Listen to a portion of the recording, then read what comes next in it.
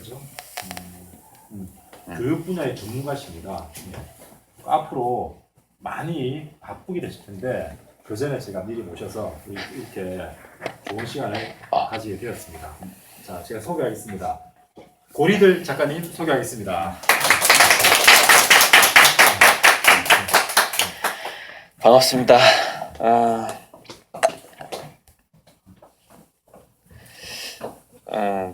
그러니까 어쩌다 보니까 이제 이 PPT를 띄워놓고 하게 됐는데 위쪽에 이제 제럴드 에델만 과학자가 한 이야기가 사물의 기원을 무시하는 것은 항상 위험하다. 그것이 정신적인 사건을 설명하는 경우라면 더더욱 그렇다. 그러니까 이런 게 있어요. 정신적인 어떤 결정이 사물의 기원을 무시했을 때는 훨씬 위험해지는 경우들이 있는데, 그게 전 지구상에서 가장 큰 위험을 가져오는 게 인종차별이라고 생각을 해요. 그래서 제가 그 콜롬비아가 신대륙을 개척하던 그 무렵에 살아보질 못해서 책으로 접했던 어떤 내용 중에는 백인들이 이제 아메리카 대륙을 넘어갈 무렵에 그 당시에는 이제 신교도들이 많았고, 그래서 성경을 들고 가거든요. 보통 세 가지를 들고 가요. 성경하고 총하고 사냥개를 데리고 갑니다. 보통 이제 딱 아이템이죠. 그게 가서 이제 성경도 해야 되고. 그러니까 저는 이제 이거는 현대 기독교하고 관계 없는 거예요. 그 당시에 그래 썼다라는 거예요. 그 옛날에. 그런데 우리가 이제 영화 미션에서 나오는데, 미션에 아메리카 원주민들이 나와요. 그래서 거기서 계속해서 교회 원로들하고 미션의 주인공들하고 싸웠던 게 뭐냐면은 원주민들이 동물인가 인간인 거예요. 거기 주민들이. 근데 대다수가 동물로 봤습니다. 그러니까 지금도 현재 백인들은 동양인들을 동물로 보는 경향이 있어요. 아직도 남아 있어요. 그래서 그 동양인들에 대한 차별을 깼던 게 일본이었다고 하잖아요. 일본이 갑자기 잘 살게 되니까 동양인에 대한 그 편견, 동양인이 원숭이가 아니란 말이야? 이런 편견, 그게 깨지기 시작한 게 이제 일본인들이 과학 발전을 이루면서 깨졌다고 하거든요. 그래서 그때 사례 중에 원주민 아이를 도망가게 하고 사냥개 훈련을 시켜요. 도망가게 하고 사냥개를 풀어서 그 아이는 결국 그 개의 밥이 됩니다. 그 당시에 그 원주민을 그냥 원숭이급으로 봤기 때문에 손에 성경을 들고 있지만 내 사냥개가 원주민을 잡아먹는 거에서 죄책감이 없었다는 거예요. 왜냐하면 성경에는 지구상에 있는 모든 것들을 이용해서 번창하라고 돼 있기 때문에, 그게 신의 명령이었기 때문에 다른 인종을 동물이라고 봤을 때는 그 인종 전체를 없애버려도 아무 죄책감이 없는 거죠. 근데 그런 일들이 신대륙 개척할 때 있었다는 겁니다. 실제로 밥으로 줬대요. 사냥개 밥으로. 그래서 어찌되었건 간에 그래서 사물의 기원을 알아야 된다는 게, 그래서 그렇게 하다가 물론 찰스 다윈이 훨씬 전에 나왔던 인물인지 동신대 인물인지 정확하게 연도는 기억이 안 나는데, 그래서 그 고정관념을 가장 강력하게 깬 게 찰스 다윈이잖아요. 진화를 했었고 DNA를 연구해 보니까 한 숲에 사는 침팬지 사이에 DNA 다양성이 있는데, 그러니까 근거리에 사는 침팬지의 DNA 다양성이 있는데, 인간들은 황인종, 황인, 흑인, 백인의 DNA 다양성 자체가 한 숲에 사는 침팬지의 다양성에 못 미치더라는 거예요. 그러니까 호모사피엔스는 빙하기라든가 이런 거를 심하게 겪으면서 대량 멸종을 했던 위험이 굉장히 많았던 거예요. 원숭이보다.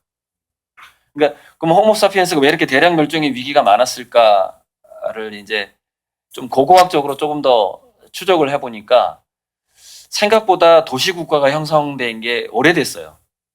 그러니까 저기 이란 쪽에 가면은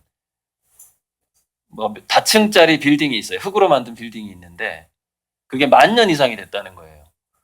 그리고 이제 사라져버린 문명이 또 몇 개가 있는지 몰라요. 그러니까 인간들이 대량 멸종을 했었던 이유는 뭐냐면 너무 많이 모여서 살았던 거예요.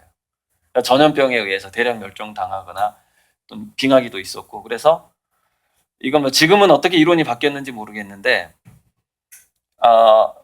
그 여성의 미토콘드리아 DNA를 추적을 해서 최초의 엄마 아빠, 그러니까 지금 현재 인종을 다양하게 만들어낸 최초의 엄마 아빠가 몇 명이나 됐을까를 추적한 연구도 있었어요, 예전에. 그랬더니 약 300명 정도가 나오더라고요. 300쌍. 300쌍이면 600명이잖아요. 그래서 인구가 멸종의 위기 때 과연 어떤 네.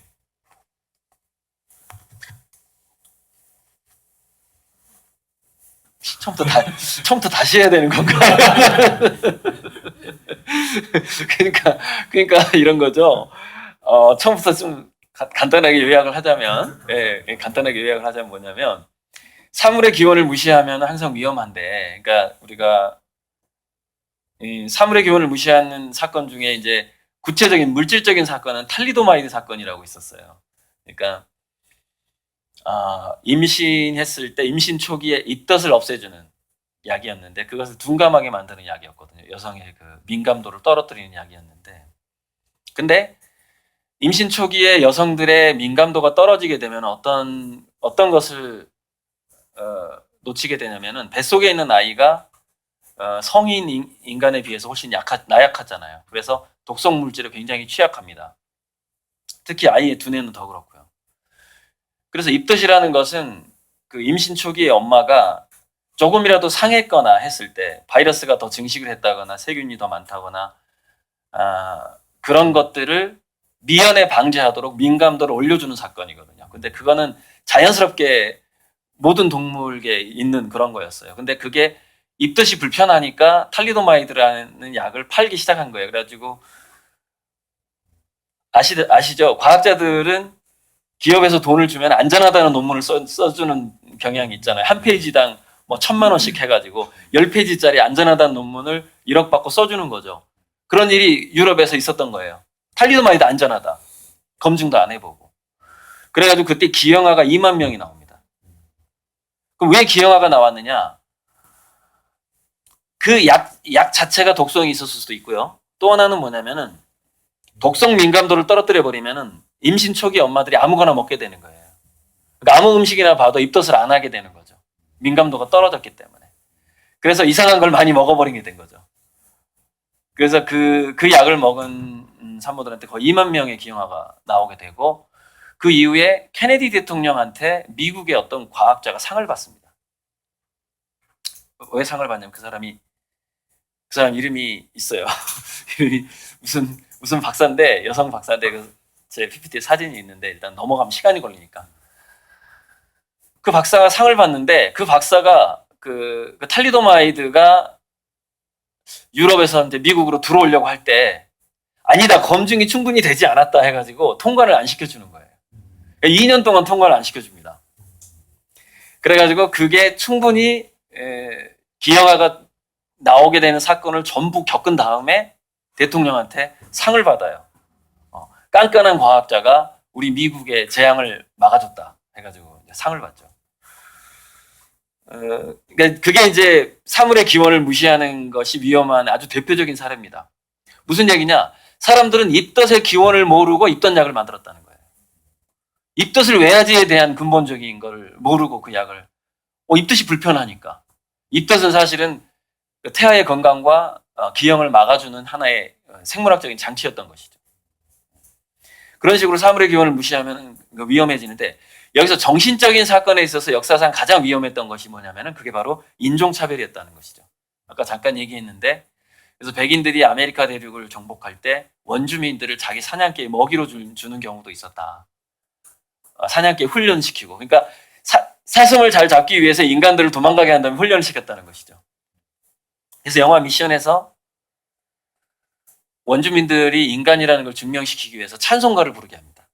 근데 그 중에 그 영화에 직접 나오는 굉장히 노래를 잘하는 거예요. 물론 얼굴은 원주민인데 찬송가를 너무 잘 부르는 거예요.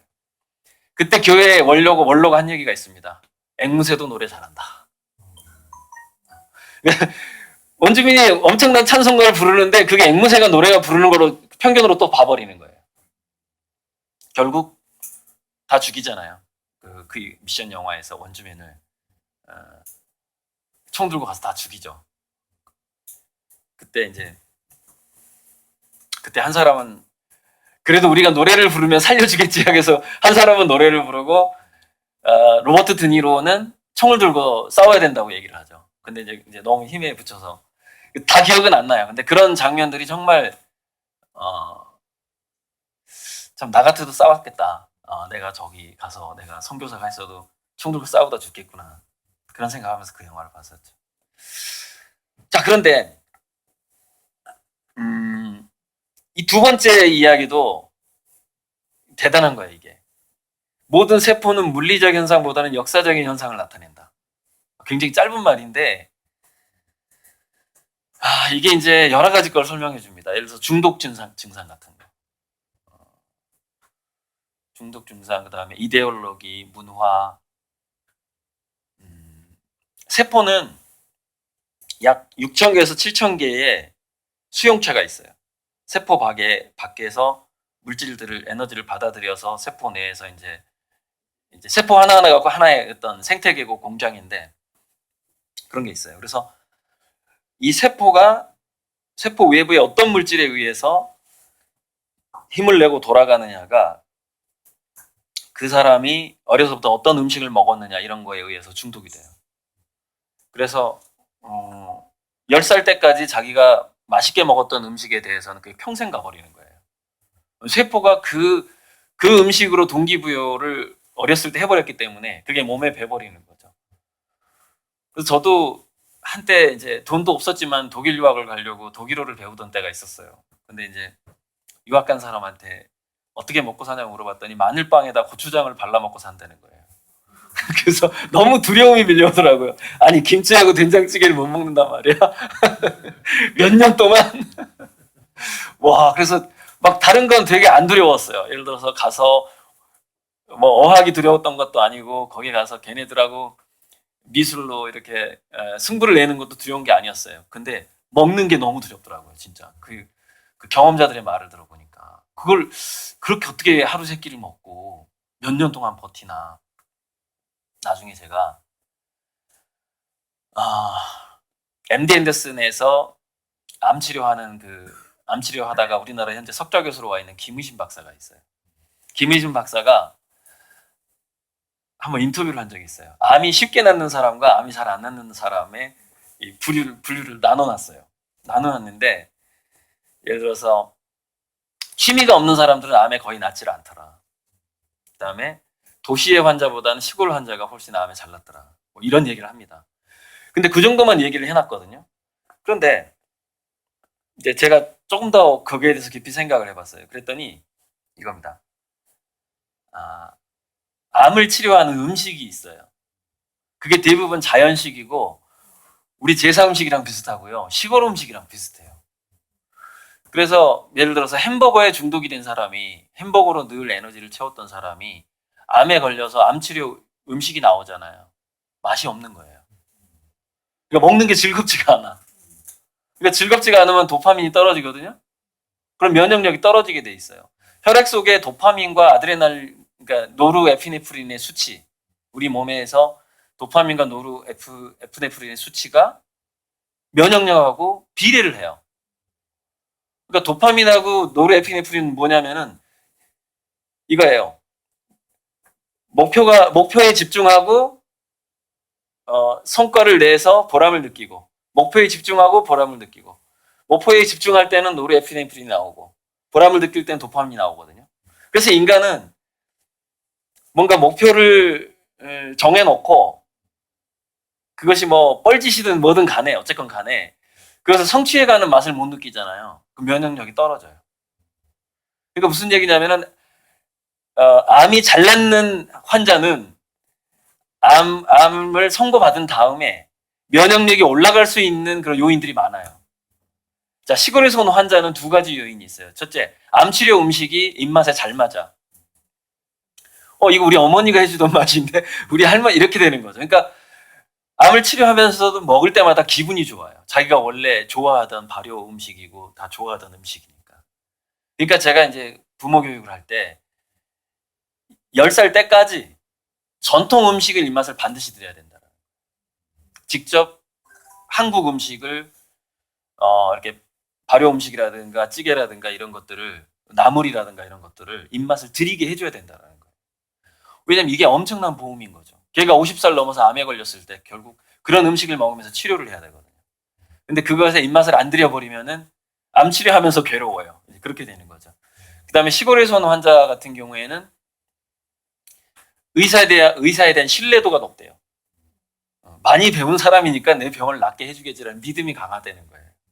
근데 도시에서 온 환자들은 지식이 너무 많아. 의사 우진율이 40%가 넘고 의학 처방을 잘못하고 가위 넣어가지고 꼬매가지고 후유증으로 죽고 이런 지식이 너무 많아. 그래서 의사를 신뢰를 하지 않는다는 거예요. 거기서 벌써 이제 그러니까 신뢰를 하면 안도감이잖아요. 그게 그럼 신뢰를 하면 엔돌핀이 많이 나오잖아요. 옥시토신 같은 게 이게 또 면역 물질이에요. 엔돌핀하고 옥시토신이. 신뢰 안 하면 또 병이 안 낫는 거예요. 그래서 그런 식으로 이제 시골 환자, 도시 환자, 뭐 그런 식으로 그다음에 취미가 있느냐 없느냐. 취미 문제는 또 기가 막혀요 이게. 뭐냐면 예를 들어서 골프가 취미다. 그러면 홀이 목표가 되잖아요. 홀이 목표가 되고 이제 치면서 뭐 한 번 쳤을 때 들어가느냐, 뭐 세 번 쳤을 때 들어가느냐, 뭐 이런 거잖아요. 뭐 세 번 쳐서 들어가는 것도 대단한 거고요. 그런 식으로 하는 건데 그게 뭐예요? 아까 말했던 목표 설정, 집중, 성취잖아요. 모든 취미는 이걸로 이루어져 있어요. 취미가 단계적으로 자기의 어떤 업그레이드 시켜 나가는 방식이거든요. 취미가. 그래서 취미 생활을 하는 시간이 많을수록 면역력은 좋아지게 돼 있는 거죠. 그런데 암 선고를 딱 받았어. 근데 어려운 시간을 쪼개서 취미 활동을 해왔던 사람은 그 순간에 이왕 죽을 거 취미 활동에 하나 죽자. 딱 이렇게 마음을 먹는다는 거예요. 그래서 암 치료 받으면서 매일매일 취미 활동을 하는 거예요. 어차피 자기 직장에서는 이제 너 병 걸렸으니까 가서 쉬어라 이럴 거 아니에요. 그러니까 면역력이 계속 직장에서 떨어지는 생활을 하다가 물론 어떤 직장이냐에 따라 다르겠지만 직장 자체가 늘 보람을 느낀다면은 직장 생활 하는 것 자체가 건강에 좋겠죠. 근데 보람을 느끼는 것 자체가 이런 게 있어요. 뭔가 완결됐다는 느낌이 있어야만 보람을 느낀다는 거예요. 완결. 그러니까 우리가 예술 치료다 그러면은 이렇게 도자기 하나를 흙으로 만든다고 했을 때 그게 불에 구워져서 나오면 그게 완결이잖아요. 근데 이거 3일이면 끝나거든요. 2, 3일이면 하나의 완결됐다는 느낌이 드는 거예요. 근데 보세요. 보험회사라든가 이런 데 보세요. 실적표 있잖아요. 그래, 한 달 동안 내가 실적을 올렸어. 이게 완결인가요? 덫이야, 덫. 다음 달 실적하고 비교되는 덫인 거야. 야, 너 저번 달에 이만큼 해놨잖아. 근데 이번 달에 이거밖에 못해. 덫이에요. 완결이 아니에요. 지속적으로 완결이 없어요. 그러니까 이게 뭐냐면 노예화되고 부품화되고, 그러니까 거시적인 완결성에 인간들이 부품화됐을 경우에는 노력은 있는데 성취는 없는 생활이 너무 길어져 버리는 거예요. 근데 이게 뭐냐면 공교육 현장도 똑같다는 거예요. 이제 이거죠. 자, 이제 동화전과를 사러 초등학교 때 서점을 딱 갔어요. 동화전과를 딱 사면서 오른쪽에 중학생 언니가 문제집 고르는 게 딱 눈에 띄어. 근데 자기는 동화전과 딱 한 권인데 그 중학생 언니가 고르는 문제집의 높이가 이 정도 되는 거야. 그래갖고 나 어떤 브랜드 문제집 살까 이러고 있는 거죠. 그때 초등학생들이 느끼는 공포심. 중학생 되면 저거 다 풀어야 된단 말이야. 이거. 자, 중학생이 수학 영어 공부를 딱 했는데 옆에 고등학생이 문제집을 사고 있는데 보니까 또 높이가 이 정도 되는 거야. 고등학생이 이제 문제집을 풀려고 딱 봤는데 옆에 대학생 언니가 교재를 고르는 걸 봤는데 한 권이야. 한 권이긴 한데 다 영어로 돼 있어. 영어로 돼 있고 막 이렇게. 거기서 느껴지는 공포심. 그게 무슨 얘기냐면 박사학위를 받아도 공부가 안 끝나는 거야.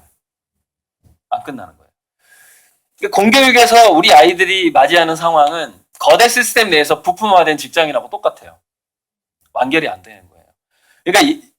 그러니까 아이들이 그 예체능 중심으로 특히 초등학교나 이렇게 중고등학교 다 돌아가요. 사실 프로젝트 중심으로. 그게 PBL인데. 그래서 애들이 직접 또 뭐냐면은 저는 공부 싫어하는 애들은 꼭 아르바이트를 시켜서 돈을 버는 체험을 주라고 하거든요. 중고등학교 때까지. 그게 완결이에요. 무슨 얘기냐면은 내가 고객의 마음을 얻어가지고 고객의 지갑이 열려서 돈이 나오는 걸 봐야 완결이에요. 아무리 작은 거라도 사장한테 월급을 받아야 되는 것이고 그 완결을 느껴야만 얘는 계속해서 동기부여가 강해진단 말이죠. 그래서 그 교육에 있어서는 이제 조금 좀 더 구체적으로 이제 나중에 들어가기로 하고 이 두 번째 말에 대해서만 좀 정리를 하자면 자 그래서 취미 생활은 그거예요. 취미 활동을 하다 보니까 면역력이 올라가니까 병이 낫는 거예요. 암이 빨리 낫는 거예요.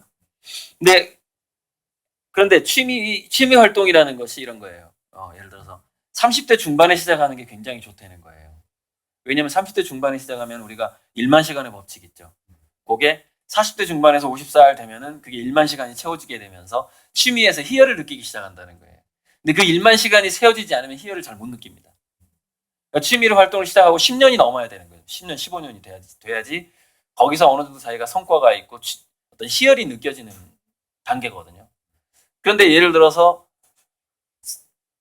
취미를 45세에 시작했다고 칩시다. 근데 5년 후에 예를 들어서 몸이 안 좋아졌어요. 근데 자기는 1만 시간을 투자를 못했고, 그러니까 고수가 못 되고 이제 하수인 거예요. 아직 하수인 거예요. 그 취미 활동을 만약에 그 취미 활동이 경쟁적인 것이었을 경우에 어떤 상황이 발생하냐면은 나랑 똑같은 동갑내기인데 얘가 훨씬 잘하는 상황이 발생을 하는 거죠. 골프 치러 가면 계속 내가 돈을 내야 되는 거야. 얘가 더 잘하니까. 왜 얘는 30대 시작했고 자기는 40대 시작했거든요. 이런 식으로 취미 활동이 다시 고통이 되는 경우가 발생을 해요. 즐겁자고 하는 건데 계속해서 마이너스가 생기니까 또 고통스러운 거죠. 그리고 아무래도 젊었을 때가 좀 더 두뇌가 유연하고 50 넘으면은 새로운 걸 학습하는 시간이 더 오래 걸려요. 1만 시간을 쌓는 게 더 오래 걸린다는 얘기죠. 그래서 취미가 고통이 되면서 늦게 취미 활동 시작한 사람이 취미 활동을 통해서 면역력을 얻기가 또 쉽지 않더라. 그래서 확실하게 그러면 취미를 언제 시작하는 게 좋으냐면은 당연히 초중고등학교 때죠. 초중고등학교 때 완벽한 취미가 있으면은 되게 이런 게 있어요. 뭐냐면은 제가 아는 우리 당숙 중에 그 당숙 취미가 참 많아요. 그래서 모터사이클 그 바다에서 타는 거 있죠. 그거 제트스키, 제트스키도 있고 그다음에 기타를 또 뒤늦게 시작해서 열심히 하는데 자기는 길거리에서 이렇게 할 수 있다는 거죠. 길거리에서 이렇게 모자 놓고서 공연할 수 있을 정도가 됐다. 물론 그 곡수의 한계가 있겠지만 곡수를 다 늘려가는 거거든요. 다 그런 사람들도. 그러니까 그런 경우에는 뭐 공무원 하다가 그만둔다거나 했을 때 딱 기타를 들고 산장에 가는 거예요. 산장에. 그러면 산장에 딱 가면 기타 치고 노래를 딱 하게 되면 먹을 게 생겨요. 거기서 생존이 가능해요. 산장 주인이 일단 여기서 살라고 그래, 좀 이렇게. 노래 한 10곡만 잘 불러도 살라고 그래요. 그런 데가 많거든요. 그런 식으로 취미가 최후의 어떤 그 돌파구가 되는 경우가 있어요. 그러니까 뭔가 벙커가 되는 경우가 있어요. 자기가 최악의 경우에. 근데 초중고등학교 때 그런 취미를 갖게 되면은 얘는 나중에 실직하고 회사가 망하고 해도 돌파구를 굉장히 유연하게 잘 찾는다는 거죠. 그래서 지금 이 시대의 초중고등학교 교육이 과연 국영수 사고로 가야 되느냐의 문제가 있는 거죠. 어차피 실직의 확률이 높을 텐데. 그죠? 그러면 즐길 수나 있어야 되는 거 아니겠습니까? 그래서 이제 초중고등학교를 동아리 방식으로 완벽하게 바꿔야 된다. 그래서 국영수 사과도 나는 과학이 취미인 놈만 해야 되는 거예요. 과학이 취미인 놈만 해야 되고 수학이 취미인 사람만 수학을 해야 되고 이런 식으로 저는 그걸 교육 다극성이라고 그래요. 그러니까 지금까지는 교육 다양성이란 말을 써왔는데 교육 다양성이란 말로 이거는 해결이 안 되는 거예요. 그러니까 교사들이 이렇게 생각하는 거예요. 우리 학교 이 정도면 다양한 거 아니에요? 동아리도 여러 개 있고 국영수 사과도 하지만은 예체능 시간도 이만큼 되잖아요. 이게 혁신학교 수준이에요. 지금 현재. 혁신학교라고 해서 국영수 사과를 선택 과목으로 하진 않거든요. 필수 과목으로 해놓고 다른 걸 더 하는 거예요. 그러면서 자기는 굉장히 다양하다고 얘기를 하는 거예요. 이 정도면 충분하지 않냐고. 그래서 제가 다양성이란 말을 포기하고 다극성으로 바꿨어요. 얘네들이 다양한 방향에서 극점으로 가도록 고도화시켜야 된다는 것이죠. 그러면은 특정 분야에서 일찍 극점으로 가게 되려면은 기존의 모든 커리큘럼 교과목을 선택 과목으로 돌려야 되는 거죠. 나는 국어를 하기 싫으면 국어를 안 해도 되는 거예요. 한국어지만. 그 정도까지 열어줘야만이 애들은 교육 다극성으로 가게 될 것 같다는 느낌이 들고, 그래서 취미와 일이 결국에는 궁극적으로는 구분이 되지 말아야 되거든요. 그게 사실은 4차 산업혁명기에 우리 한국인이 살아날 방법인데, 왜 그런지에 대해서는 이제 제 강의를 통해서 왜 그런지에 대해서는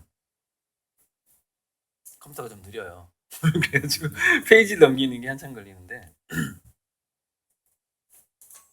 뭘로 좀 설명을 해볼까요? 이거는 평생교육에 관한 건데,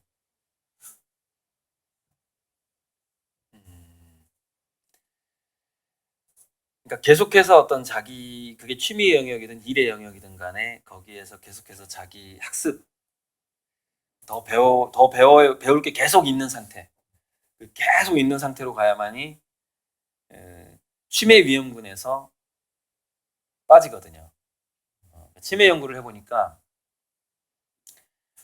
회계사, 판사, 변호사들도 치매에 잘 걸려요. 의사들도. 그러니까 왜 그런가 봤더니 두뇌는 이미 자기가 고도로 학습해 놓은 것에 의해서는 자극을 받지 않는다는 거예요. 그러니까 골치 아픈 게 뭐냐면요. 머리가 좋은 사람이 더 골치 아파요. 학습이 빠른 사람이. 학습이 빠르면은 빨리 배우잖아요. 어떤 특정 분야에서. 그러니까 오히려 다른 자극을 받기가 더 어려워지는 거죠. 학습 속도가 느린 사람, 머리가 나쁜 사람은 어떤 한 분야를 해도 되게 오래 걸리거든요. 그래서 더 알아간다는 느낌이 더 천천히 오지만 거기서 보람을, 어떤 희열을 느끼는 어떤 기간이 길어지게 되는 거죠. 그래서 아주 머리가 좋아서 예를 들어서 의과대학을 나오든 뭘 하든 간에 그 업무에 치여버리면, 그 업무에 갇혀버리면 두뇌는 새로운 자극을 못 받기 때문에, 그러니까 늘 새로운 환자가 오는 게 아니잖아요. 예를 들어서 정형외과 그러면 맨날 디스크 환자만 오잖아요. 얼마나 지겹겠어요. 무릎 환자. 그것만 하는 거예요. 평생 몇십 년 동안. 거기서는 새로운 자극이 잘 생기기 어렵다는 거죠. 그래서 결국에는 두뇌는 치매 위험으로 간답니다. 아무리 머리가 좋아도 마찬가지죠. 그래서 다양한 평생학습, 다양한 취미를 늙어 죽을 때까지 할 수 있는 어떤 거를 분명히 가지고 가야 된다는 거예요. 치매 예방을 위해서는. 물론 이제 의학적으로 이제 아밀로이드 단백질을 방지한다거나 예방한다고 하는 게 생기긴 할 텐데, 제 생각에는 만약에 그러니까 치매와 파킨슨이 이제 노년기에 도파민이, 삶의 의욕이 떨어지면서 뭔가 할 일이 줄어들면서 생기는 현상인데, 치매와 파킨슨이 정복된다 하더라도 저는 새로운 질병이 나타날 거라고 봐요. 궁극적으로는 인간은 목표와 보람이라는 두 가지가 없었을 경우에는 치매, 파킨슨 또는 아직까지 발병되지 않은 도파민 부족 현상에서 나타나는 새로운 질병이 새로운 시대에 나타날 것이라는 것이죠. 발생을 한다는 것이죠. 결국 우리가 어떤 몸이 참가하는, 또는 추상적인 상상력이라든지 그렇게 해서 두뇌에서 시냅스 사이에서 신경 전달 물질이 원활하게 순환되지 않으면 결국엔 시냅스는 죽을 것이고, 시냅스가 죽은 다음에 뉴런이 죽거든요. 시냅스 가지가 살아있으면 뉴런이 안 죽는데, 가지가 하나둘씩 끊어지다 보면 뉴런이 죽어요. 같이 사멸돼요. 그러니까 나뭇가지가, 북쪽에 있는 나뭇가지가 꺾이는 거랑 똑같아요. 원리가 완전히 같아요. 그러니까 모든 세포들은 그래요. 에이포토시스라 그래가지고 자가세포 사멸 본능이 있어요. 그래서 세포들은 자기가 유용하게 쓰일 것 같지 않으면 자기 스스로 사멸 프로그램을 가동시켜요. 그래서 자기를 해체시켜버리죠. 그게 망가진 게 암이에요.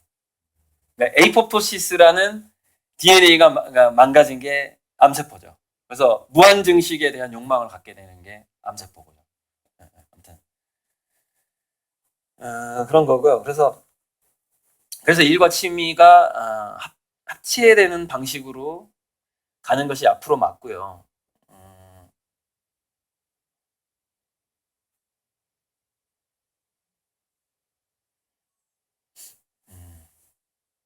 잠시만요. 잠시만 끊고요.